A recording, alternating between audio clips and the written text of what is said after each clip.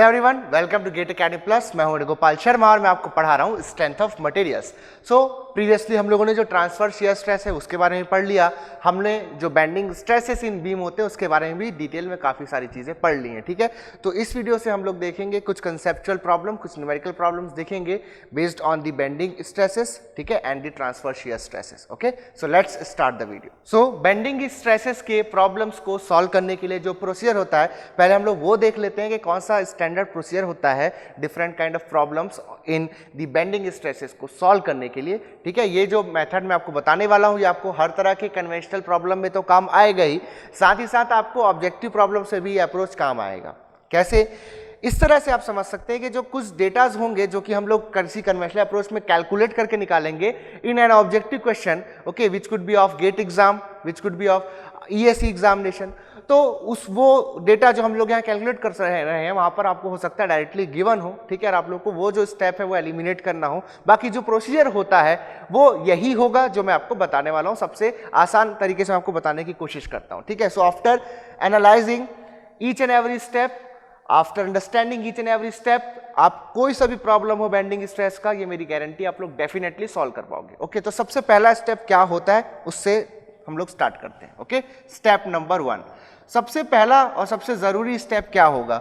हमको ये पता है कि बीम में बेंडिंग हो रही है, हम लोग बेंडिंग स्ट्रेसेस को कैलकुलेट कर रहे हैं, तो हम लोगों ने बीम में जो कोऑर्डिनेट सिस्टम अभी तक फॉलो किया है उसको एक बार रिव्यू कर लेते हैं। ठीक है, तो लॉन्गिट्यूडनल एक्सिस में हमेशा क्या लेता हूं, यहाँ पर एक्स एक्सिस लेता हूं, ठीक है, ये लेता हूं मैं वाई एक्सिस, ये लेता हूं मैं जेड एक्सिस। ठीक है, इस तरह से हम लोग लेते आए हैं और मैंने यहाँ पर क्या लगाया, हमेशा ऐसे बेंडिंग मोमेंट हम लोग ऐसे अप्लाई किए, तो बेंडिंग किसके अबाउट हुई, जेड एक्सिस के अबाउट हुई। इसका मैं क्रॉस सेक्शन ड्रॉ किया, ठीक है, इसका क्रॉस सेक्शन ड्रॉ किया मैं बीम का like this. Okay, so this cross section is drawn in which plane, ये हो गया ऊपर वाला वाई एक्सिस और ये वाला हो गया आपका जेड एक्सिस। तो जब मैं देखूंगा यहाँ से साइड व्यू उसका व्यू करूंगा मैं, तो मुझे कौन सा प्लेन दिखाई देगा, वाई जेड प्लेन दिखाई देगा ऑब्वियसली। तो जो क्रॉस सेक्शन है वो कौन से प्लेन में है, वो वाई जेड प्लेन में है। ओके, तो क्रॉस सेक्शन को मैंने वाई जेड प्लेन में ऐसा ड्रॉ कर लिया। नाउ इस प्लेन में मुझे क्या करना है, सबसे पहले पहला स्टेप यहाँ पर ऑप्ट करना है आप लोगों को, that is location of neutral axis निकालना है। ठीक है, लोकेशन ऑफ न्यूट्रल एक्सिस, हम जानते हैं बेंडिंग किसके अबाउट होती है, इस ऐसे कंडीशन में ये जो मैंने लगाया है बेंडिंग मोमेंट वो जेड एक्सिस के अबाउट लगाया, यानी कि बेंडिंग जेड एक्सिस के अबाउट हो रही है। So neutral axis will be parallel to Z axis. In case मैं वाई एक्सिस के अबाउट बेंडिंग मोमेंट लगाऊंगा तो बेंडिंग वाई एक्सिस के अबाउट होगी, तो neutral axis will be parallel to Y axis. ये कंसेप्ट हम लोग अच्छे से समझ चुके हैं प्रीवियस लेक्चर्स में। Okay, so this will be the neutral axis. Now what we have to do, we have to locate the neutral axis. तो first step is location of neutral axis. तो पहला काम आपको ये करना है, न्यूट्रल एक्सिस। अब इसको कैसे करेंगे, what is neutral axis?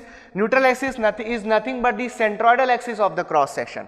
Okay, neutral axis is nothing but the centroidal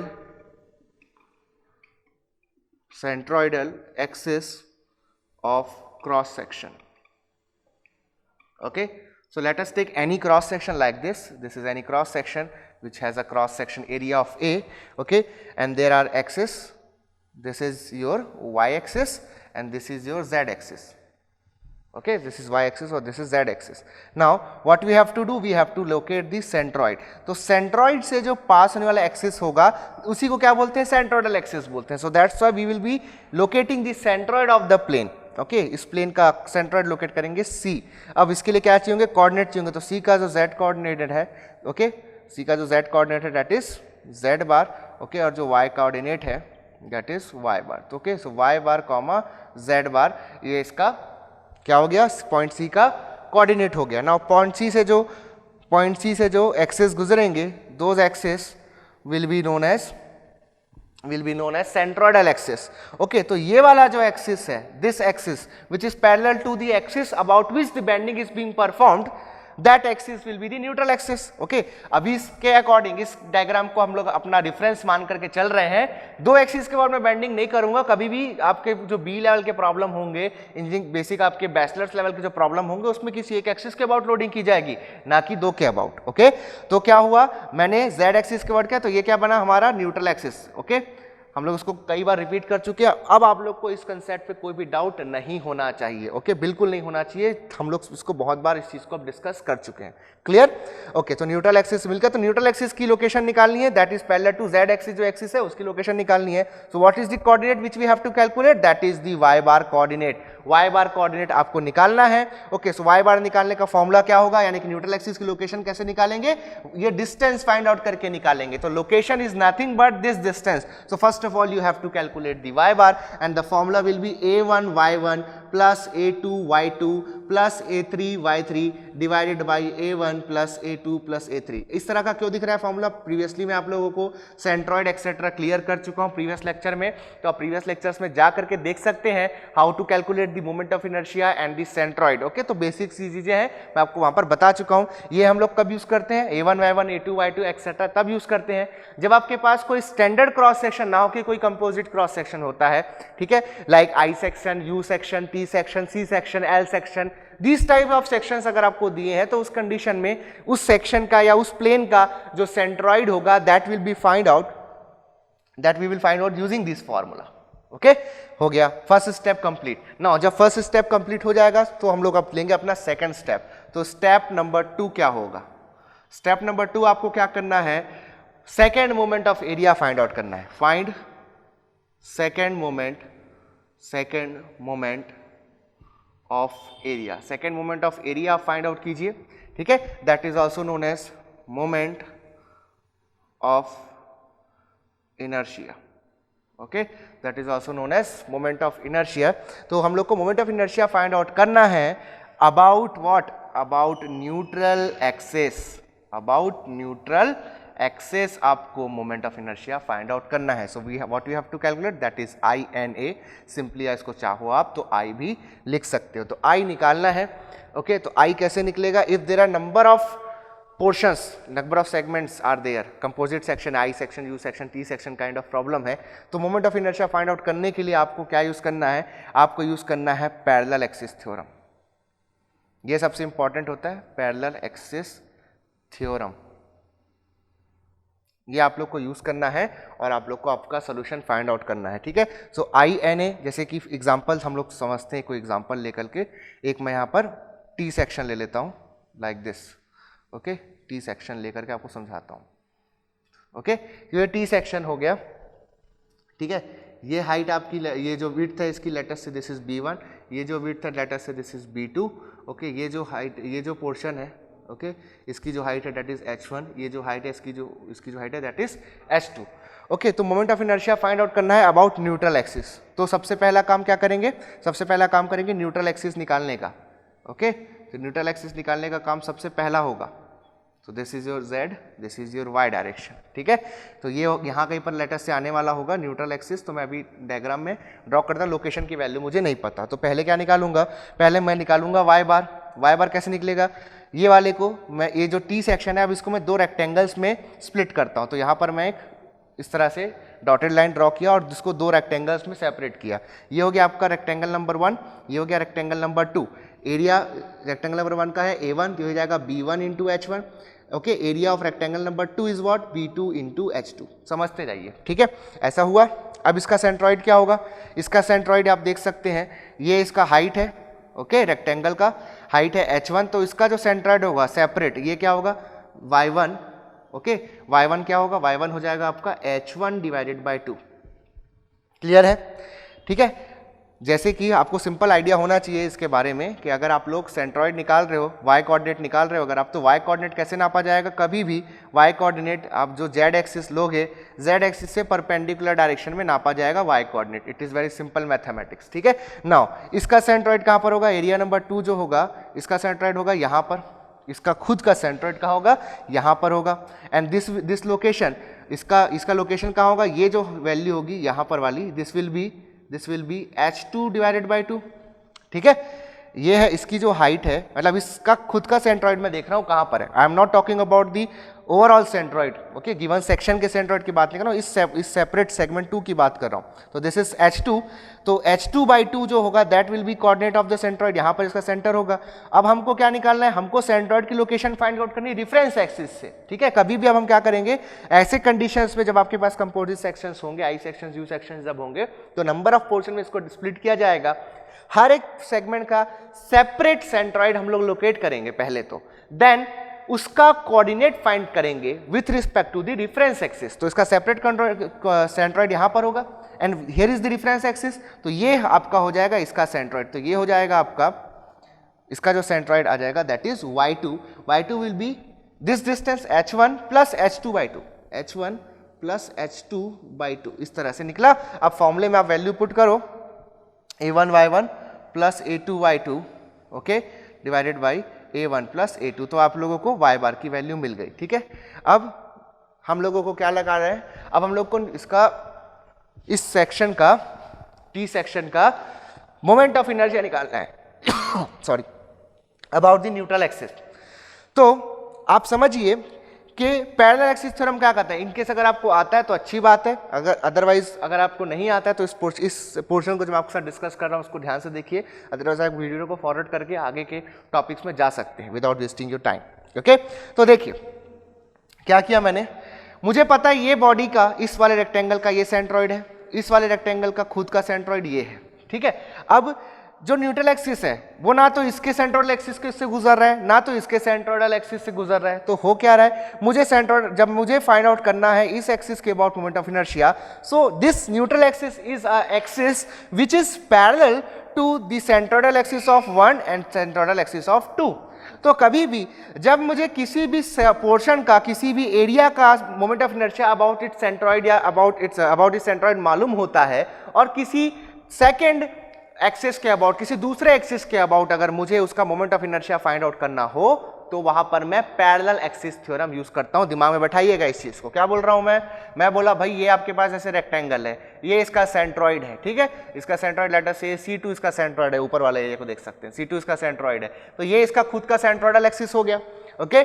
now मुझे मोमेंट ऑफ इनर्शिया किसके अबाउट निकालना है, मुझे निकालना है इसके about which is your neutral axis. So this centroidal axis of area number 2, okay, central axis of area number 2 and this neutral axis are parallel to each other. तो मुझे इसके अबाउट अगर मोमेंट ऑफ इनर्शिया पता है, that is known as moment of inertia about its centroid, इसको बोलेंगे आई bar और I जी लिखेंगे, ओके, आई बार और I G, that is moment of inertia of a portion about its own centroid, about its own centroid, clear. तो अगर मुझे ये पता है और इसके अबाउट, मैंने कि इस पैरेलल एक्सिस के अबाउट अगर मुझे मोमेंट ऑफ इनर्शिया निकालना है, तो उसका फॉर्मूला होगा I, that is moment of inertia about NA of portion number 2, okay, will be equal to what, moment of inertia of portion number 2 about its centroid IG2 plus area of portion number 2 into the square of distance between these two axes. Let us say distance between these two axes is, okay, this axis is y double dash, okay, y double dash. तो y double dash की value क्या होगी, y double dash की value क्या होगी, this distance will be what, this distance is the location of neutral axis, this is y bar, this is y bar, this is y2, okay. So y double dash will be what, will be y2 minus y bar, okay. So the square of this distance, that is y2 minus y bar whole square, ये होगा, ठीक है। तो इस तरह से हम लोगों ने फर्स्ट एरिया का निकाल लिया। सिमिलरली अगर मैं INA2 लिखूंगा, sir NA1, that is area number 1 का अगर मैं न्यूट्रल एक्सिस के अबाउट मोमेंट ऑफ इनर्शिया निकालना चाहूँ, सो this will B IG1, that is the moment of inertia of the area number 1 about its own centroid plus the area of portion number 1 into the distance between the centroidal axis of area number 1 and neutral axis. तो इसका centroidal axis रहा ये distance कितनी है, ये distance है y1, और ये न्यूट्रल एक्सिस की डिस्टेंस कितनी है, ये है आपका y बार। तो दोनों के बीच का डिस्टेंस कितना हो गया बोलो, ये हो जाएगा आपके पास y बार माइनस y1, सिंपल मैथमेटिक्स, ठीक है। सो this will B y bar minus y1 square, ठीक है, आ गया। दोनों का आ गया, अब दोनों को जोड़ दो तो टोटल सेक्शन का न्यूट्रल एक्सिस के अबाउट आपको मोमेंट ऑफ इनर्शिया मिल जाएगा, that is INA1 plus INA2। Okay, most of the students को प्रॉब्लम कहाँ जाता है, इस y को फाइंड आउट करने में जाता है। ठीक है, ये वाला जो डिस्टेंस होता है इसको फाइंड आउट करने में मैंने अभी तक के नोटिस किया है कि जो फर्स्ट ईयर के बाद जो थर्ड सेमेस्टर में फोर्थ सेमेस्टर में जो स्टूडेंट्स होते हैं उनको मेजरली इसमें प्रॉब्लम जाता है। Most of the students first semester में जो मोमेंट ऑफ इनर्शिया पढ़ते हैं, कुछ कॉलेजेस में रहता है, कुछ यूनिवर्सिटीज़ में रहता है, कई जगह नहीं भी रहता है, ये कई बार थर्ड सेमेस्टर में ही रहता है। छत्तीसगढ़ की यूनिवर्सिटी जो है जहाँ से मैं बिलोंग करता हूँ, वहाँ पर ये मोमेंट ऑफ इनर्शिया निकालना हम लोग फर्स्ट सेमेस्टर सेकंड सेमेस्टर में सीखते हैं। ठीक है, तो वहाँ मैंने नोटिस किया है कि स्टूडेंट्स ये जो डिस्टेंसेस होते हैं इसमें हमेशा कन्फ्यूज रहते हैं, तो इसको आप लोग को हमेशा याद रखना है, कुछ करना नहीं है आप लोगों को क्या करना है, एक हल्का ट्रिक बता रहा हूँ आप लोगों को क्या करना है, आपको बस पहले तो जाकर मान लो 3 पोर्शंस हैं या 2 पोर्शन है, तो आपको उन पोर्शंस का सेंट्रॉइड पता होना चाहिए, y1 y2 y3 पता होना चाहिए।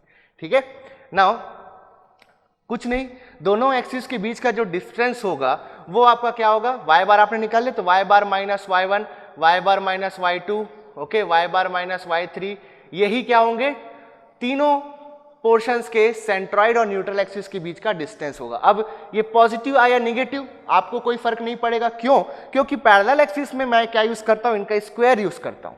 ठीक है, तो इनका स्क्वायर, तो माइनस का स्क्वायर कर दोगे तो प्लस बन जाएगा। सो आप लोग सीधा क्या करो, अगर आपको INA1 निकालना है तो शॉर्टकट बता रहा हूं, क्या करोगे, y बार माइनस y1, INA2 निकालना है, INA1 निकालना है तो y बार माइनस y1, INA2 निकालना है तो y बार माइनस y2 स्क्वायर, सिंपल। ठीक है, ज्यादा कुछ आपको सोचना है। तो इस तरह से आप लोग का moment of inertia of neutral axis about neutral axis निकल जाएगा। देन आपको क्या करना है, स्टेप नंबर 3, ओके, आपको बेंडिंग स्ट्रेस निकालना है, तो 2 चीजें निकाल चुके हैं हम लोग। अब देखते हैं स्टेप नंबर 3 क्या होगा। स्टेप 3 में we will be calculating the maximum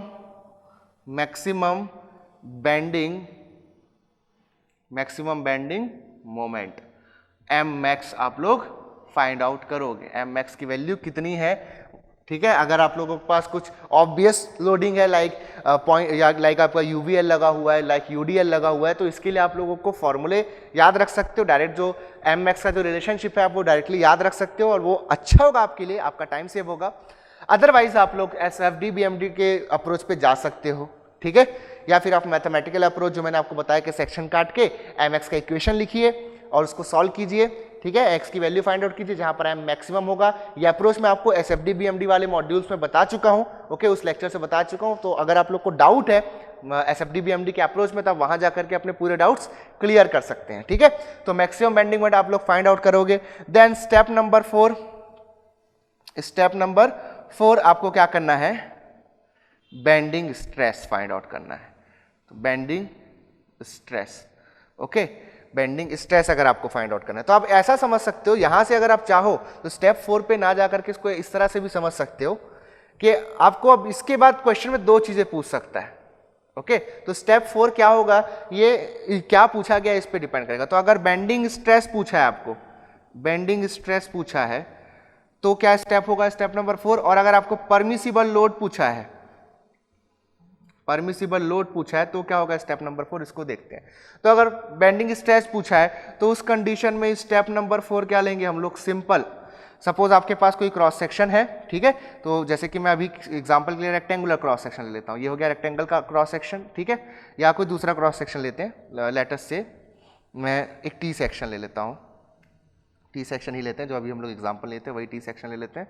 this is your neutral axis, okay, so this distance and this distance is y, okay। now अब सपोज बीम में क्या हो रही है, सैगिंग हो रही है, सैगिंग का केस है, यानी कि जनरली सैगिंग कब देखने को मिलती है, सिम्पली सपोर्टेड बीम में देखने को मिलती है। ठीक है, सैगिंग का केस है तो ऊपर क्या होगा, ऊपर होगा आपका कंप्रेशन और नीचे क्या होगा, टेंशन। तो जो टॉप मोस्ट फाइबर है उस पर क्या हो रहा है, कंप्रेशन हो रहा है, तो उसके y की वैल्यू को मैं YC लिख देता हूं, that is representing the fibre having compression, YC, top most fibre. Bottom fibre पे टेंशन होगा तो यहां लिख देता हूं YT, okay, Y C and Y T यहाँ पर मैं लिख देता हूँ। क्लियर, दोनों की वैल्यू अलग अलग होगी, टी सेक्शन है, ठीक है। रेक्टेंगल के सेक्शन, रेक्टेंगल, सर्कल, इनके केसेस में दोनों की वैल्यू बराबर होगी, इसको नोट कर सकते हैं जो अभी मैंने बोला आपको, ठीक है। अब क्या किया मैंने, Y C Y T find कर लिया, ठीक है। वाई सी वाई टी कैसे फाइंड आउट करोगे, इसका डायग्राम आप देखोगे, डायग्राम को ऑब्जर्व करो, ऑब्जर्व करने के बाद क्या करो, देखो कि टोटल डेप्थ या टोटल हाइट आप जो बोलते हो ये कितनी है, ओके, ये कितना है, ठीक। देन ये क्या है आपका, this is your Y bar, that is the location of neutral axis with respect to this axis, Z axis, okay, ऐसा था ये। अब ये मिल जाएगा आपको HC, आप कैसे लिख सकते हो, जैसे मैं लिख रहा हूँ प्रोसीजर आपको बता रहा हूँ, आप बाकी केसेस में अप्लाई कर सकते हैं। तो आपको ये वाला चाहिए, ये वाला पोर्शन अभी किस में, मेरे अकॉर्डिंग अभी ये सैगिंग में, तो ये टेंशन में है, तो YC निकालूंगा तो क्या होगा, this value YC will be equal to capital H minus Y bar, okay, and YT will be equal to Y bar, ठीक है। तो ऐसे सिंपल मैथमेटिक्स और लॉजिक लगा करके आपको YC और YT की वैल्यूज को फाइंड करना होगा। देन क्या करोगे आप, अब स्ट्रेसेस फाइंड आउट करोगे, ओके, स्ट्रेसेस फाइंड आउट करोगे तो उस कंडीशन में अब क्या करना है, सिग्मा निकालना है आपको, तो sigma B T, bending stress in tension निकालोगे और बेंडिंग स्ट्रेस इन कंप्रेशन निकालोगे। तो बेंडिंग स्ट्रेस इन टेंशन क्या होगा, M max, okay, into Y T divided by I N A, या फिर आप आई लिख सकते हो, ठीक है। और sigma B C, that is bending stress in compression, क्या होगा, M max, okay, into Y C divided by I N A, ठीक है। ये सिंपल हुआ। अब इसके बाद क्या होगा, इसके बाद आप लोग को वहां से वैल्यू मिल जाएगी जो भी रिक्वायर्ड वैल्यूज हैं। अब इसको आप क्या करोगे, एक डायग्राम में प्लॉट करोगे। तो डायग्राम कैसे प्लॉट करेंगे, एक वर्टिकल लाइन खींचेंगे हम लोग इस तरह से, ठीक है। नाउ जो वैल्यूज मिली है, तो ऊपर क्या मिला है मुझे, ऊपर वाले फाइबर पे कंप्रेशन मिला है, तो this value will be Y C, okay, and this will be Y T, okay. तो इस तरफ नेगेटिव यानी कि कंप्रेसिव, इस तरफ पॉजिटिव, इस तरह से मैं ड्रॉ करूंगा इस अजम्पशन के साथ। तो ये हो गया आपका कंप्रेशन में और ये हो गया आपका टेंशन में, okay. So this will be your diagram, okay.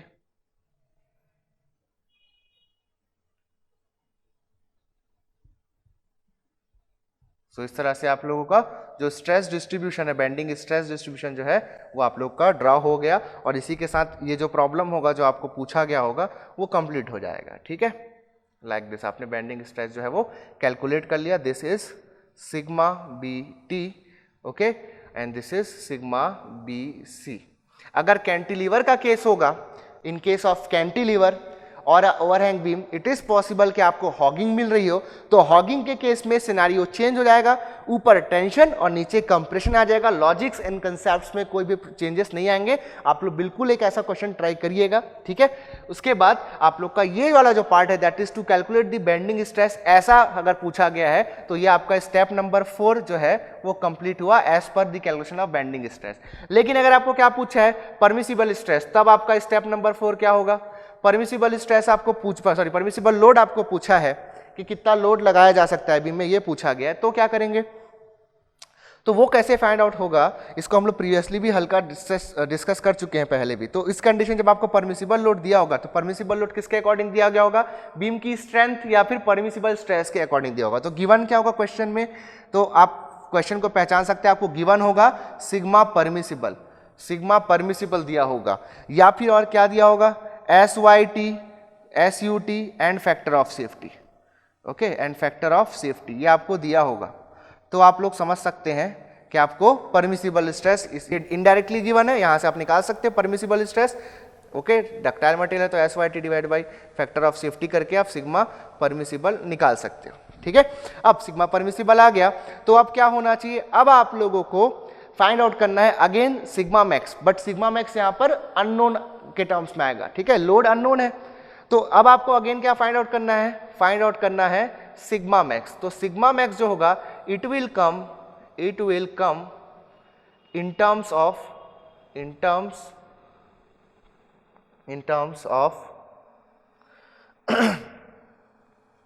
Load के टर्म में आएगा, या इसको आप चाहो तो एम के टर्म में भी लिख सकते हो। जैसे कि सिग्मा मैक्स आप क्या लिखोगे, sigma max is equal to M max, okay, into Y max divided by I. अब यहाँ पर मैंने वाई मैक्स क्यों लिखा है, देखिए एम तो पूरे बीम के लिए सेम है, आई भी पूरे बीम के लिए सेम है। नाउ जो आपका सैगिंग या हॉगिंग का केस हो रहा है, इसके अकॉर्डिंग क्या हो सकता है, दो पॉसिबिलिटी है। पहला possibility number 1, possibility number A, that is Y C is greater than Y T. अगर ऐसा कंडीशन है तो क्या हो जाएगा, Y C will be equal to Y max, यानी कि इस इक्वेशन में आप लोगों को वाई मैक्स की वैल्यू पुट करनी होगी। सेकंड कंडीशन ये बन जाएगा कि अगर Y T is greater than Y C है तो इस इक्वेशन में आप लोगों को वाई टी की वैल्यू पुट कर देना है कि Y T equal to Y max, यानी कि इस इक्वेशन में उठा के आप वाई टी की वैल्यू पुट कर दीजिए, आपको सिग्मा मैक्स मिल जाएगा। ओके, नाउ सिग्मा मैक्स जब आ गया तो क्या होना चाहिए, जो सिग्मा मैक्स की जो भी वैल्यू आई है, तो sigma max should be less than और equal to sigma permissible. Okay, sigma permissible. Okay, ये लगाएंगे हम लोग सेफ्टी के लिए। ये होना चाहिए कि जो इंड्यूस स्ट्रेस है, maximum stress, that should not exceed the maximum stress in the beam. Clear? तो यहां से सिग्मा मैक्स आ गया। सिग्मा मैक्स, अब लिमिटिंग कंडीशन लगाएंगे तो सिग्मा मैक्स इक्वल टू लिखूंगा मैं सिग्मा परमिसिबल। यहां से आप सॉल्व कर लीजिए, आपको क्या मिलेगा, एम मैक्स मिल जाएगा, एम मैक्स की कोई वैल्यू मिलेगी। ओके, नाउ एम मैक्स का एक स्टैंडर्ड वैल्यू होगा from your, it will have standard value from BMD से आप इसका एक स्टैंडर्ड वैल्यू होगा इन टर्म्स ऑफ लोड के टर्म्स में इसका एक स्टैंडर्ड वैल्यू होगा। ठीक है, तो उस वैल्यू को यहां पुट कर दो। जैसे कि अगर फॉर एग्जांपल मैं अगर लूं ऐसे simply supported beam SSB with UDL, अगर पूरे बीम पे यूडीएल लगा है तो उस कंडीशन में हम जानते हैं कि क्या होता है, एम मैक्स होता है WL²/8 होता है। तो इसी तरह से आप लोगों को स्टैंडर्ड इसकी वैल्यू जो होगी पता होगी फ्रॉम BMD, तो इस वैल्यू को यहाँ पुट कर दीजिए। जैसे कि मैं यहाँ पुट कर रहा हूँ for example WL²/8 is equal to this value. Solve करोगे तो आपको W यानी इंटेंसिटी ऑफ लोड मिल जाएगा, आपको जो परमिसिबल लोड है वो मिल जाएगा। So this will be the approach to solve the problem of bending stress. Okay, so I think ये जो वीडियो है ये यहाँ पर एंड करना होगा। नेक्स्ट वीडियो में will be seeing the approach to solve the problem of the transverse shear stress, और इसके बेस पे मैं आपको एक न्यूमेरिकल प्रॉब्लम भी वहाँ पर दूंगा। ठीक है, जिसको हम लोग वहाँ डिस्कस करेंगे। ठीक है, so see you in next video. Thank you very much.